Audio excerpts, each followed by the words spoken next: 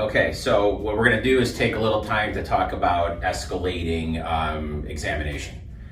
We're looking at bookends of Dr. Rivera comes in with a simple sprain strain, or he comes in with a spinal fracture, or a disc fragment, or some other radiculopathy. How do we know how much time to spend during an exam to get the information we need, right? Because we want to kind of expedite the smaller issues and then be able to have time to dive into the much broader issues. And for me, it's really all about trying to decide what type of tissue is involved, right? Is it a muscle? Is it a bone, a ligament, disc, or nerve? So we want to kind of go through really a basic screening process. We're going to follow the subjective complaint, but once we sort of do screening processes and those processes are negative, then we want to just kind of move in a different direction. Okay, so one of the first things that I always do is the two tests that are going to give us an indication if there's nerve involvement at all. So the first is the upper limb tension test, obviously in the upper limb. So Doc, can you do that for me and raise your wrists up? Okay, and what we're looking for is any sort of numbness, tingling, any sort of sensory disturbance. If there is no sensory disturbance, I can pretty much be confident that my neuro is going to be normal, right? It's going to be very rare that he would do this and also have a reflex issue. Now, if he was traumatically injured, we also want to compromise the central canal a little bit. So we would have him look down and hold that. Does that change anything? And then we would have him look upward, okay, changing the central canal. And even if there's some other tingling or whatever, you can have him laterally flex as well, okay? But that can rule out, okay, you're good. That can rule out any sort of nerve issue in the upper extremity. We want to do the same thing in the lower extremity. So he would bring his hand or his toe up to my hand. We would ask him if this bothers his low back pain. We can do a seated Braggarts and actually have him lean down and tuck his chin. Okay, we're just actually working on putting tension on that nerve.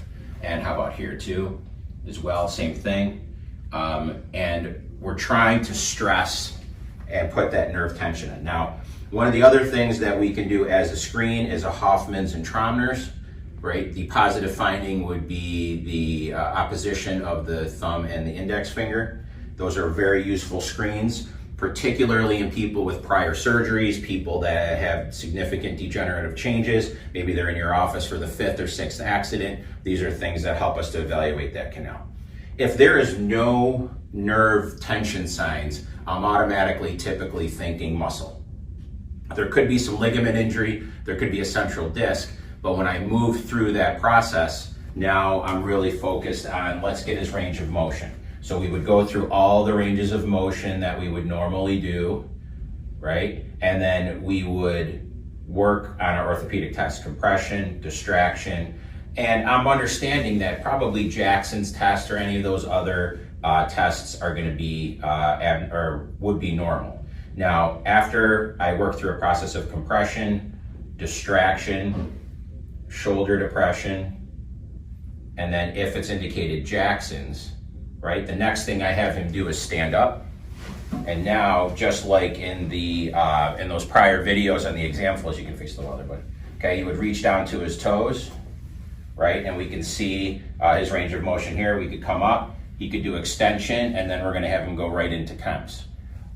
Typically, with no nerve retention signs, if KEMS is positive, I'm just expecting it to be facet, right? So I'm looking for axial or peripheral pain. We would go side to side, and then just like in the other videos, he would lay down, if I can have a seat. So in the end, what we're really looking for is to rule out the nerve or the disc involvement as quickly during the exam process as possible. If it's there, now we can escalate, right? So my reflexes, so let's just go up and do nerve retention test again, okay? And then I'm just gonna obviously do his reflexes real quick. We would do that side to side, but I'm anticipating that it's gonna be negative because we've escalated. That's the quickest way to get through an exam, but then to focus on what you need. Thanks.